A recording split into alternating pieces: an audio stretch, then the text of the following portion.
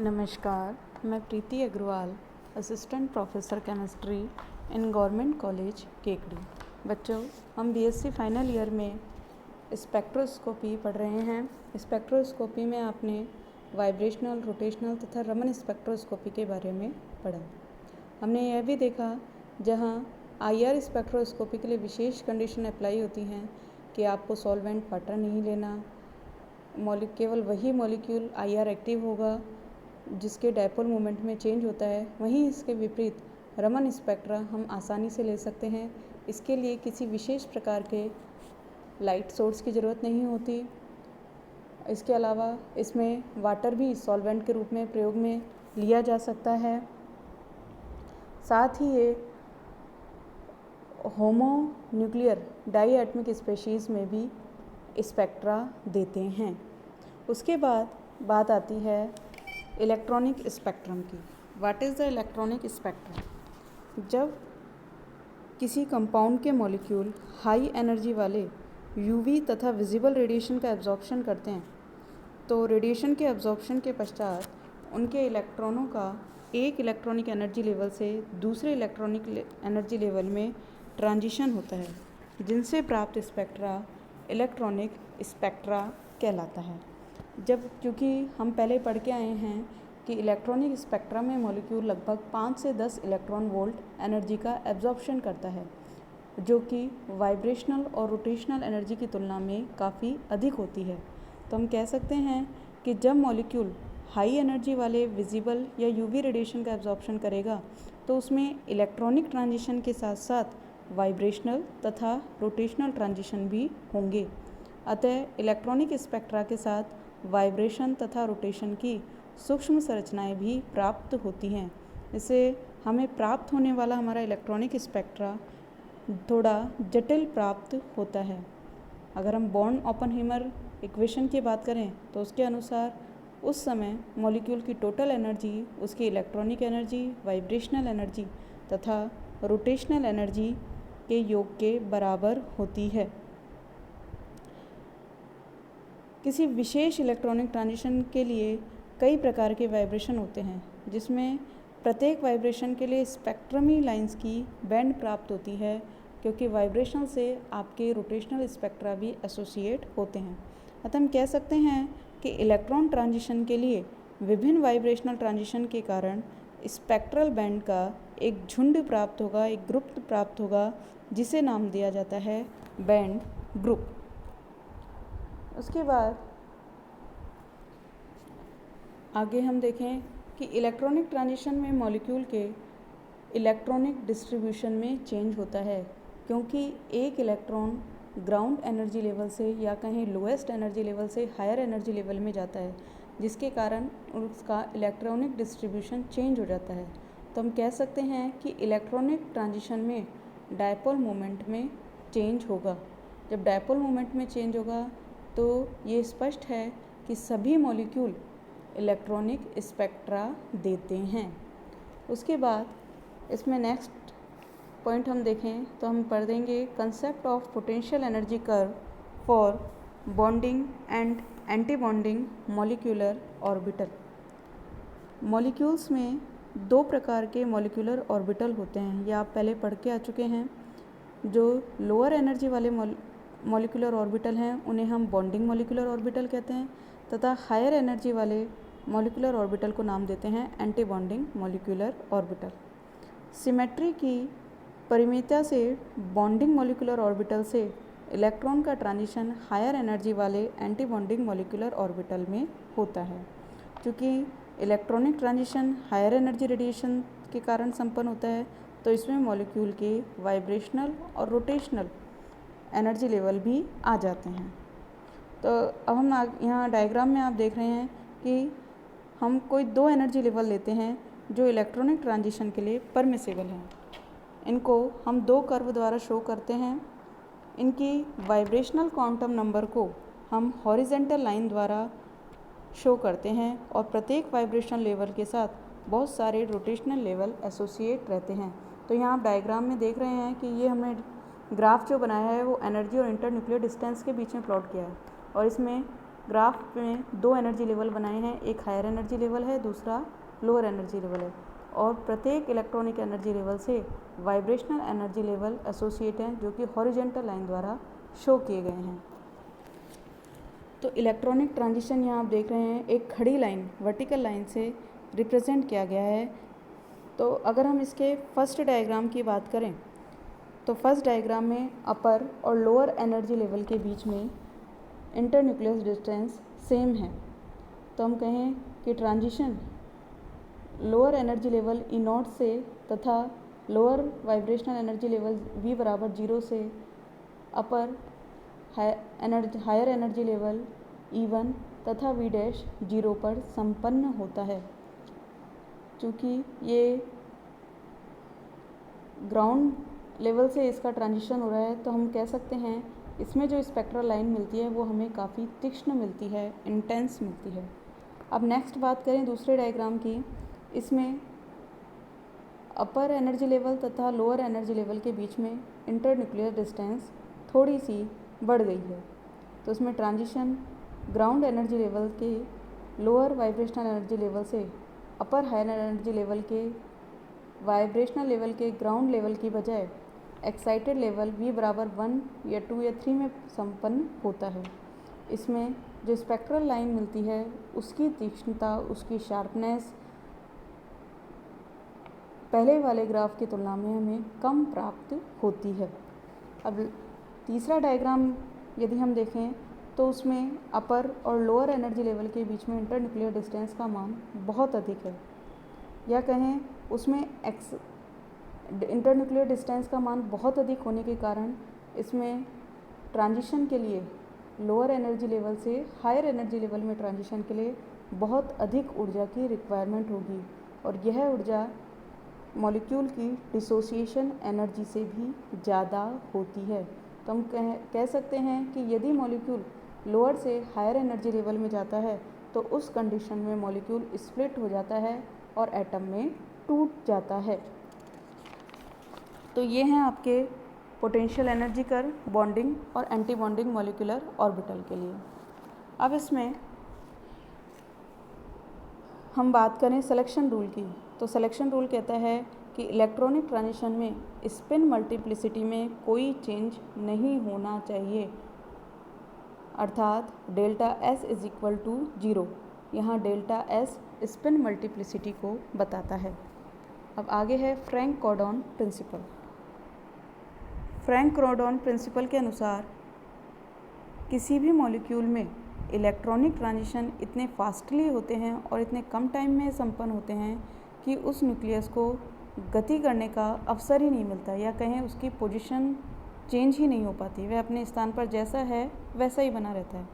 अर्थात ट्रांजिशन में केवल इलेक्ट्रॉन ही लोअर एनर्जी लेवल से हायर एनर्जी लेवल में जाता है, न्यूक्लियस नहीं। तो हम कह सकते हैं इस प्रोसेस में मॉलिक्यूल का डिसोसिएशन नहीं होता। इस ट्रांजिशन को वर्टिकल ट्रांजिशन भी कहते हैं, जो आपने अभी देखा। यहाँ एक बात ध्यान रखने की है, यदि किसी मॉलिक्यूल का इलेक्ट्रॉनिक स्पेक्ट्रा आप गैसेस स्टेट में ले रहे हैं तो वाइब्रेशन और रोटेशनल की सूक्ष्म संरचनाएं प्राप्त होती हैं, लेकिन सॉल्यूशन स्टेट में अगर आप स्पेक्ट्रा ले रहे हैं इलेक्ट्रॉनिक स्पेक्ट्रा तो ये सूक्ष्म संरचनाएं पूर्ण रूप से लुप्त हो जाती हैं। और ये आप जान सकते हैं कि क्यों लुप्त हो जाती हैं, क्योंकि हम पढ़ के आए हैं कि अगर रोटेशनल स्पेक्ट्रा के लिए कंडीशन है कि वेपर फेज़ में होना ज़रूरी है, और अगर लिक्विड फेज़ में है तो उसमें वाइब्रेशनल रोटेशनल स्पेक्ट्रा तो होगा ही नहीं, और वाइब्रेशनल स्पेक्ट्रा भी प्राप्त होगा तो बहुत डिफ्यूज़ प्राप्त होता है, बहुत ही अस्पष्ट प्राप्त होता है। तो हम कह सकते हैं कि यदि आप सॉल्यूशन स्टेट में ले रहे हो तो केवल आपको मोस्टली मिलता है इलेक्ट्रॉनिक स्पेक्ट्रा।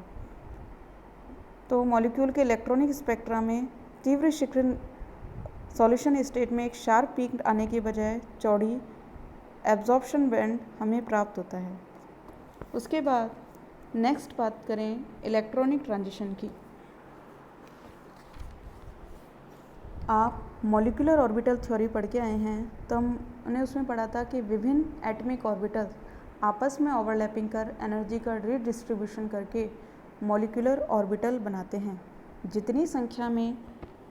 एटमिक ऑर्बिटल भाग लेते हैं उतनी ही संख्या में मॉलिक्यूलर ऑर्बिटल बनते हैं।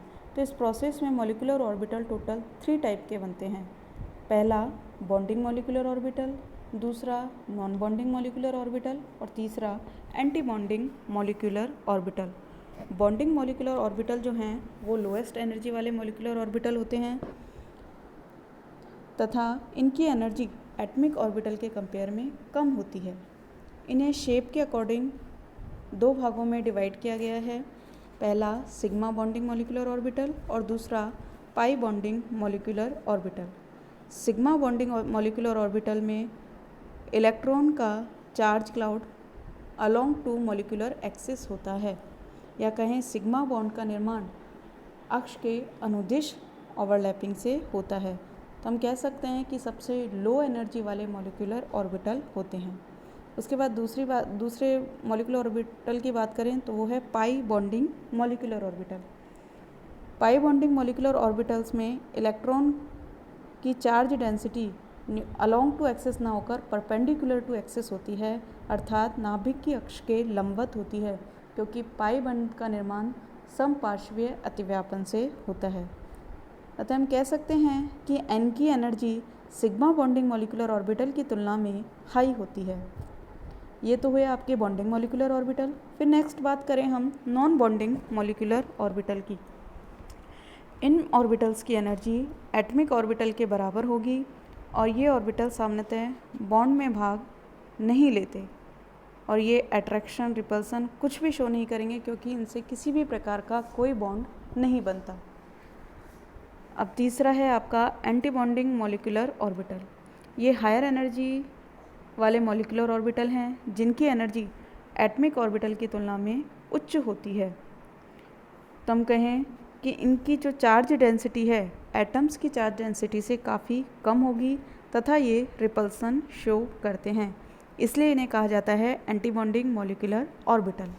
इन्हें भी शेप के अकॉर्डिंग 2 पार्ट में डिवाइड किया गया है, sigma anti bonding molecular orbital और pi anti bonding molecular orbital. Bonding molecular orbital में जितना अट्रैक्शन होता है sigma anti bonding molecular orbital में उतना ही रिपल्सन होगा। तो हम कह सकते हैं कि सिग्मा बॉन्डिंग मॉलिक्यूलर ऑर्बिटल तो लोअर एनर्जी वाले होते हैं, लेकिन sigma anti bonding molecular orbital higher energy level वाले होते हैं। उसी तरह पाई मॉलिक्यूलर ऑर्बिटल की एनर्जी सिग्मा मॉलिक्यूलर ऑर्बिटल से तो उच्च होती है, इसलिए pi anti bonding molecular orbital की एनर्जी सिग्मा एंटी बॉन्डिंग से कम होगी। इस प्रकार टोटल हमें 5 प्रकार के मॉलिक्यूलर ऑर्बिटल मिलते हैं। सिग्मा, पाई, एन, सिग्मा एंटी बॉन्डिंग, पाई एंटी बॉन्डिंग। और अगर इनका एनर्जी सीक्वेंस देखें तो सबसे ज़्यादा एनर्जी होती है sigma anti bonding molecular orbital की, आप इस एनर्जी लेवल डायग्राम में देख सकते हैं। उससे कम एनर्जी होगी पाई एंटी बॉन्डिंग की, उससे कम एन इलेक्ट्रॉन की, एन इलेक्ट्रॉन से कम पाई बॉन्डिंग मॉलिक्यूलर ऑर्बिटल की, और सबसे कम एनर्जी होती है सिग्मा बॉन्डिंग मॉलिक्यूलर ऑर्बिटल की। तो जब भी कोई मॉलिक्यूल विजिबल या यूवी क्षेत्र से रेडिएशन का एब्जॉर्प्शन करेगा तो वह हायर एनर्जी लेवल वाले रेडिएशन से ऊर्जा पाकर एक्साइटेड होकर ग्राउंड लेवल से हायर एनर्जी लेवल में चला जाता है। और इसमें कुल टोटल 4 प्रकार से इलेक्ट्रॉन का ट्रांजिशन होगा। पहला sigma to sigma star transition, n to sigma star transition, pi to pi star transition और n to pi star transition. तो sigma to sigma star transition के लिए सबसे अधिक एनर्जी की रिक्वायरमेंट होती है और ये ट्रांजिशन केवल उन्हीं कंपाउंड्स में पॉसिबल हैं जिसमें मॉलिक्यूल में केवल और केवल सिग्मा बॉन्ड प्रेजेंट हो। फॉर एग्जांपल जैसे एल्केन, इसमें एब्जॉर्प्शन बैंड फार यूवी रीजन में हमें प्राप्त होता है। उसके बाद नेक्स्ट ट्रांजिशन की बात करें तो उससे कम एनर्जी होती है n to sigma star transition की। तो वे संतृप्त यौगिक जिसमें सिग्मा बॉन्ड के साथ साथ एन इलेक्ट्रॉन युक्त परमाणु भी पाए जाते हैं, एन से मतलब है नॉन बॉन्डिंग इलेक्ट्रॉन युक्त परमाणु पाए जाते हैं, उनमें n to sigma star transition possible होता है और ये एब्जॉर्प्शन मिलता है नियर यूवी रीजन में। जैसे अब एन बॉन्डेड इलेक्ट्रॉन से मतलब जैसे आपका अल्कोहल है, अमीन है, थायोल है, हेलोजन है, ये सभी N2 सिग्मा स्टार ट्रांजिशन दिखाते हैं। उसके बाद तीसरा है pi to pi star transition. Pi electron युक्त संतृप्त यौगिक असंतृप्त यौगिक pi to pi star transition दिखाते हैं, जैसे एल्कीन और एल्काइन। इनमें एब्जॉर्प्शन यूवी और विजिबल रीजन में शो होता है और सबसे कम एनर्जी की जो रिक्वायरमेंट होती है वो होती है N2 पाई स्टार ट्रांजिशन में। इसमें एब्जॉर्प्शन नियर यूवी या विजिबल रीजन में प्राप्त होता है। ये उन स्पेशीज़ में शो होता है जो अनसैचुरेटेड हैं, पाई इलेक्ट्रॉन युक्त हैं तथा इनमें एक N इलेक्ट्रॉन युक्त नॉन बॉन्डिंग इलेक्ट्रॉन युक्त स्पेशीज़ प्रेजेंट हो, जैसे आपके keto group, carbonyl group, azide group, thionyl group आदि।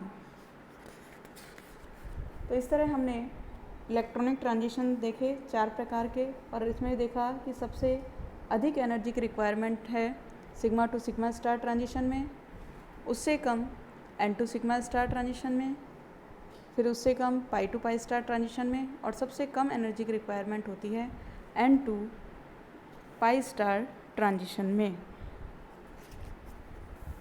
तो आज आपका स्पेक्ट्रोस्कोपी चैप्टर ख़त्म। तो आज के लिए बस इतना ही। धन्यवाद।